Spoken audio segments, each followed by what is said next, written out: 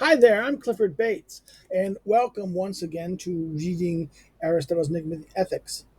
Today we're doing Book 1, Chapter 12, which is basically the penultimate book of the Book 1 of the politics, where he introduced the subject, not the politics, sorry, the ethics. I should delete. I don't want to delete it. Okay, make mistake. Blah. The ethics, which again, the connection between the ethics and the politics is important because the ethics is okay. What is ethics? I mean, maybe I should have talked about this in the introduction chapter. Ethics is basically what the question of character, the human psychology, the human structure. Now, it's about moral character. Moral character, the question of how do you live your life? How do you live your life well, right? That's the whole point. And this is part of Aristotle's political science in the sense.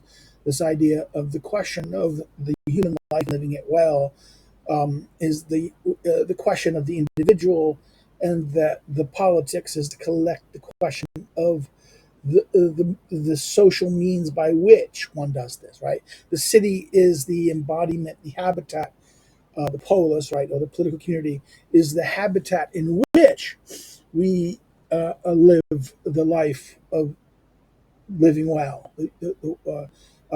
where we find eudaimonia, happiness, right?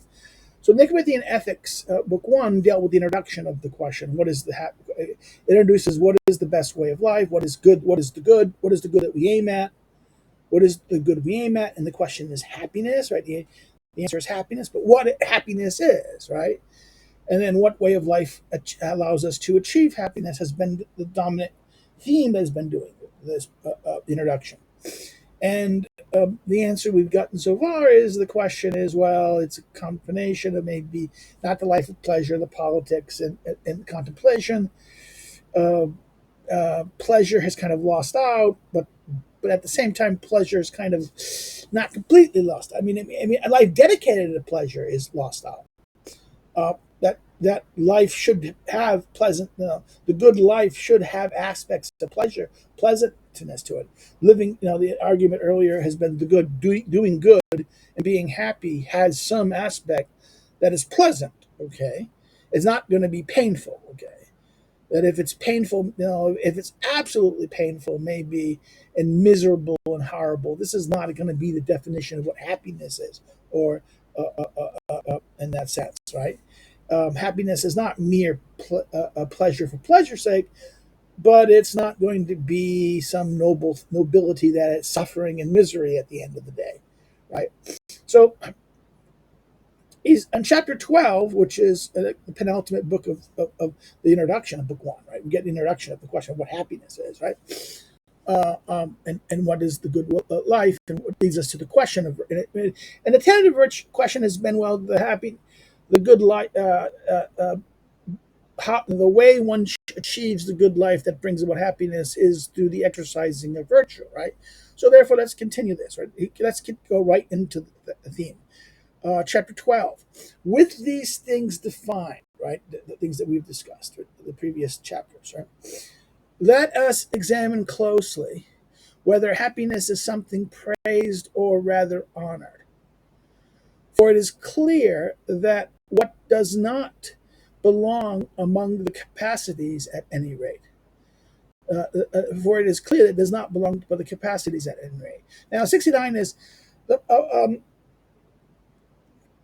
we'll be talking about the capacities in book 2, chapter 1, and book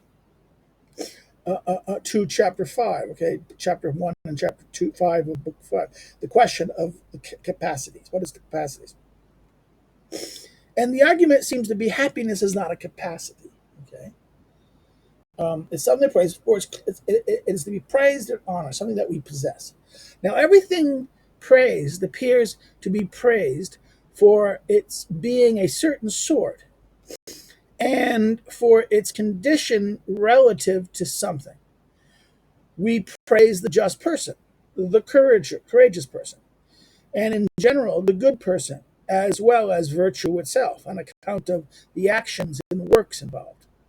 We praise the strong man and swift runner, and each of the rest for their being, by nature, of a certain sort, and for their condition in relation to something good and serious. So, in other words, what do we praise? He's saying we praise the person for their not. He says we don't we don't praise the capacity.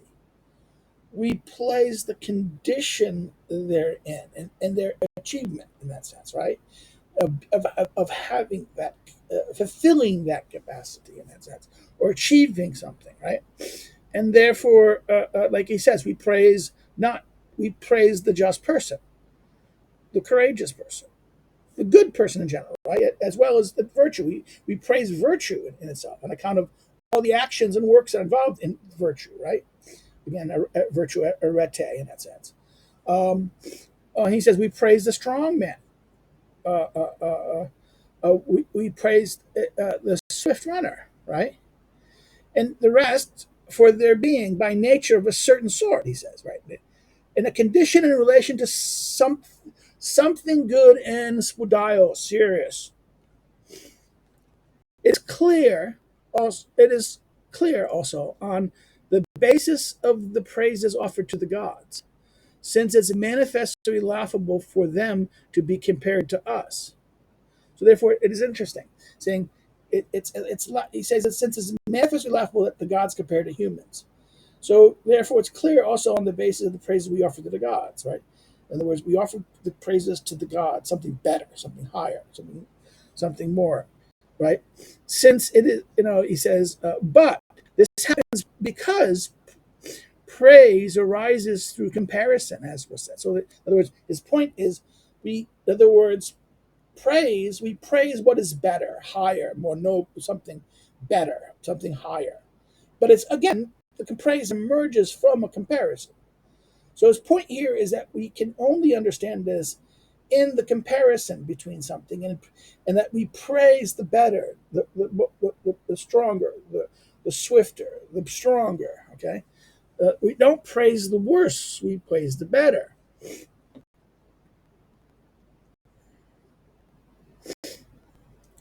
And if praise is if praise is of things of that sort, it is clear that not praise, but something greater and better than praise applies to the best things, as in fact appears to be the case. The gods we deem blessed and happy, and the most divine of men we deem blessed, right? Again, this is they're following with um, um, the reading of with the manuscript. Burnett follows the text of Bywater and suggestion of Shishmael deletes the final verb, such as the amended text would read as in translation. Would read in translation. We deem, in other words, if we the reading of manuscript. This is following manuscript. Burnett following Bywater deletes the final verb. So therefore, what Collins and Bartlett do is follow the manuscript here at this line. Um, uh, uh, um, Burnett and Bywater and Shushmael also to kind of deletes that last one. We deemed happy and blessed. We deemed happy. We deemed blessed and happy the gods as well as the most divine men. So therefore, there's a debate about how this is read. The gods we deemed happy men, comma, and the most divine men we deemed blessed. So okay, this is reading the second verb in there, right? Um, you could delete the argument is whether should we delete the second verb or not of bless in there. Um, the, sec, the suggestion by Burnett, Bywater, and Shushmael is that we should maybe not like Collins and Bartlett separate the two, like follows the original manuscript and therefore separating the gods and men. Here, by all the translators combine the gods and men in that sense. That we, in other words, we deem blessed and happy the gods as well as the most divine of men. Okay, so therefore, what this is a debate in the how to understand Aristotle. Bartlett, the translator, Bartlett and Collins, here in this edition, wants to leave the original manuscript and follow the original manuscript and assume the doubleness of it, and separate the gods and men. Um, but I mean, I'm here going to argue that maybe we should not, that Bartlett and Collins are wrong here by following the manuscript. The manuscript has a, you know, the manuscript tradition of Aristotle, also of the Aristotelian text, has been so edited and so many hands in it and so many errors, and maybe logic of what is being said leads us to something, and that, Burnett and Bywater and Shushmail are not wrong here. Um, but the duality here is important. I think the question here is that, this is the problem. This is the problem. Is there something that are the blessed things or the highest and noble things of God and man separated or similar? In other words, the point here seems to be the question of how, in the question of better and best. We want to say that the highest things are better than merely the normal things, right? That is something. It's not just mere praise. It's something that they possess something even more so. And we deem them happy. We deem the gods happy and blessed, and we just deem the humans we deem blessed alone. So I think here that how happiness kind of, men are kind of deprived of happiness in Bartlett's tradition, that the gods possess happiness, but the men's get blessedness but not happiness.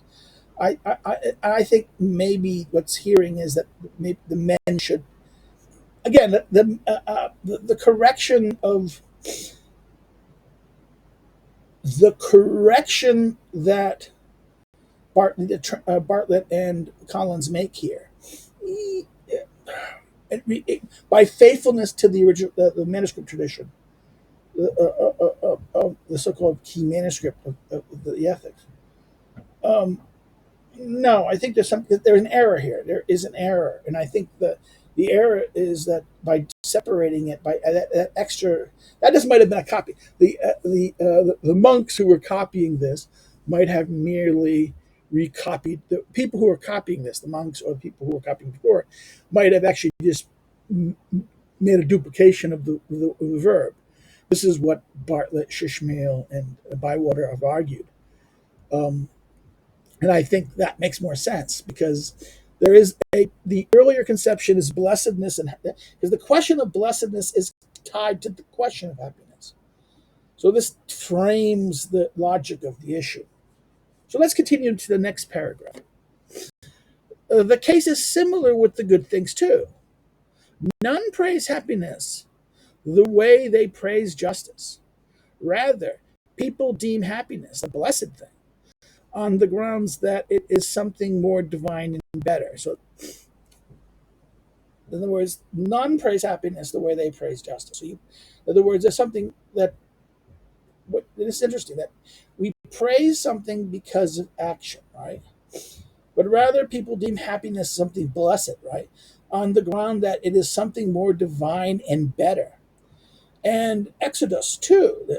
Exodus is a Greek writer around the time of Plato and like this. Um, um, and I think, what is it? Sachs. Hold on for a second. Okay, I mean, I want to give a little background on Udux. I can never pronounce his name correctly. Eudoxus. Eudoxus. He's a Greek mathematician, astronomer, mathematician, and doctor, a student of Plato and Anaxus. In other words, check this out in Wikipedia, won't hurt you. Anaxus of Sinus, right? He's a contemporary, a little bit, I can say he's contemporary of Aristotle. His works don't survive and only survive in fragments in that sense. We know him mostly because of Aristotle and others in that sense. And Andoxus, too, seems to have nobly pleaded his case, that the first prize belongs to pleasure, right? In doxis, it seems to be the argument who defines pleasure, right? For in fact, that it is not praised as being among the good things. For the fact that it is not praised as being among the good things reveals, he supposed, that it is superior to things praised. And such, he supposed is the God and the good. In other words, this idea that these here he says pleasure. Pleasure is not something we praise, but rather is something that is higher than that. Okay, the argument is higher. It's blessed. It is something that is higher. It's not praised in that sense. This is weird. He says it's supposed to be a superior thing to the things praised. He supposed, such as is the God and the good. For it is to these things all else is compared. So pleasure, in other words, it is like he says that the blessed, the pleasure and the blessed and the good, these things and the God are things that we compare to, right? Men are compared. The condition of men are compared to the good of the God. The good too. Thing is, the good is I think that's something that we compare to. It's not the thing that is praised in that sense. Um, but it is to these things that all else is compared. Indeed, praise belongs to virtue, right? People are apt to do beautiful things, noble, gloss, right things, as the result of virtue, whereas uh, encomiums belong to the works of both body and soul alike. So encomiums are things of praises, things of praise. Uh, uh, um,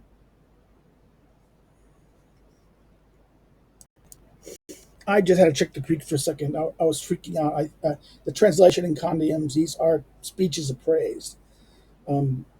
Literally, this is why reading this is like reading the Greek. Reading the Bartlett and Collins is like reading the Greek in that sense. Um, um, Encomiums belong to the work of both body and soul alike, right? The things that we pray, the speeches of praise. But perhaps being very precise about these things is more appropriate to those who have labored over encomiums. The phrase to us, it is clear on the basis of what has been said that happiness belongs among things that are honored and complete. So, therefore, okay, in other words, if you're going to be studying these encomiums, these speeches of praise, people who um, uh, uh, uh, praise things, speeches of praise. Um,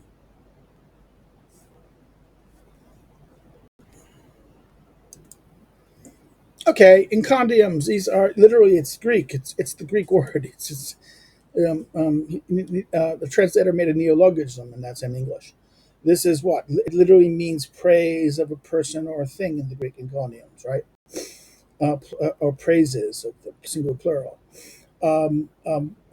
Hence, it's connect the closest of Latin is to laud, laudium. So therefore, to make to give praise to, right? So therefore, this would encomiums, and that the idea here is that it is appropriate more to those who labor over these speeches that we get precise about these things. For us, it's clear what has been said that happiness belongs among the things that are honored and complete. In other words, the question is we honor them and complete. So maybe the whole discussion we have is going maybe this idea of trying to find the issues belonging more to people who study speeches. The encomiums is a form of rhetoric also. It's a very precise type of rhetoric of praising people, their character, their background. It's like the biographies of this. The question of, in fact, we could argue that Plutarch's lives are in many ways are these encomiums. That encomiums, Plutarch is the master of the encomium, right? The analysis of praise. So that this is interesting in that sense. Aristotle kind of said, well, maybe those people are going to do this. Well, I mean, It is. People who study in condiums are really studying the lives of people who are praised. And therefore, to understand, we look into their lives to see them, to understand why they are praised. Not that we only, we look for their virtues. In other words, Plutarch would say we should look to the virtues in that sense. But for us, for our sake, what we're doing here, he says, happiness belongs. What's clear for us, it is clear that happiness belongs to the things that are honored. This seems to be the case also on account of its being a principle.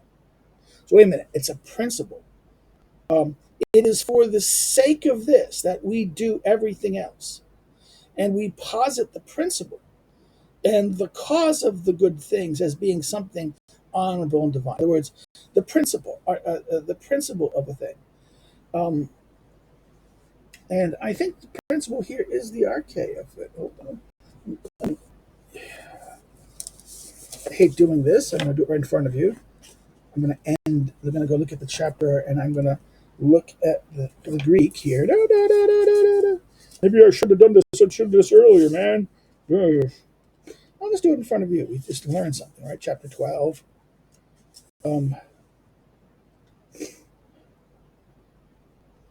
Yeah, it's arche. It's arche. He's doing. He is looking at the word principle here. We posit the arche and the cause of the good things. It is literally the starting point, the beginning point, right? The thing that leads it on. For it is the principle, the arche. It is being a arche, the starting thing. And for the sake of this, we do everything else, right? We posit the principle, the arche, and the cause. So an arche and cause. So it's interesting. This is the Greek, atia. Um, Again, it's atia. I know this. We're doing it. We're wasting our time, man. You should have this done already. Okay. Well, this is how you learn. You look at the translation. Sometimes you go look at you want to go check to see if the translator's being right and honest. And the translator here is doing it, and it's to.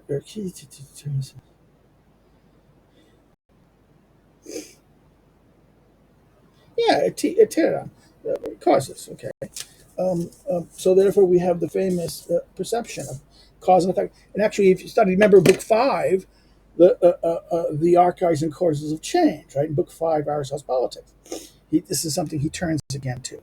So the principle, the arche, the principle. This is the thing that acts that is the kind of thing, the beginning point, the starting point, and the cause of the good things as being something what? Honorable and divine.